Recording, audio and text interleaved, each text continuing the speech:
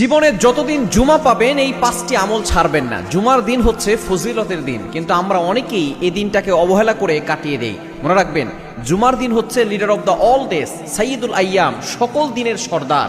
এবং নবী সাল্লাল্লাহু আলাইহি ওয়াসাল্লাম বলে দিয়েছেন এই জুমার দিন হচ্ছে গরিবের হজের দিন। সুতরাং এই জুমার দিন আপনি এই 5টি আমল ছাড়বেন না। নাম্বার 1, 1 নম্বর আমল হচ্ছে আপনি জুমার দিন আগে আগে ঘুম থেকে উঠে তাহাজ্জুদ নামাজ পড়ার চেষ্টা করবেন। কেননা জুমার রাতে আল্লাহর কাছে দোয়া করে আল্লাহ তাআলা সেই দোয়াটা কবুল করেন। আপনি অবশ্যই এই জুমার যেই রাতটা আছে, অর্থাৎ বৃহস্পতিবার দিন গিয়ে যে রাতটা আছে সেটাই হচ্ছে জুমার রাত। আপনি এই রাতে শেষ সময় তাড়াতাড়ি উঠে আপনি আল্লাহর কাছে দোয়া করবেন। দেখবেন আল্লাহ তাআলা আপনার সকল দোয়াগুলো অ্যাকসেপ্ট করবেন, কবুল করে নেবেন। এবং অবশ্যই ফজরের নামাজ পড়বেন। অন্যান্য দিন তো নামাজ পড়বেনই, তবে জুমার দিন আরো গুরুত্ব সহকারে নামাজ পড়ার চেষ্টা করবেন। এটা হচ্ছে 1 নম্বর আমল। নাম্বার 2, দ্বিতীয় নম্বর আমল হচ্ছে আপনি দুরূদ শরীফ বেশি বেশি করবেন। জুমার রাত থেকে আপনি শুরু করে আপনি সারাদিন বেশি বেশি করে দুরূদ পড়বেন। কেননা যত বেশি দুরূদ পড়বেন আল্লাহ তাআলা আপনার বিপদ দূর করবেন, আপনার অভাব দূর করবেন। এবং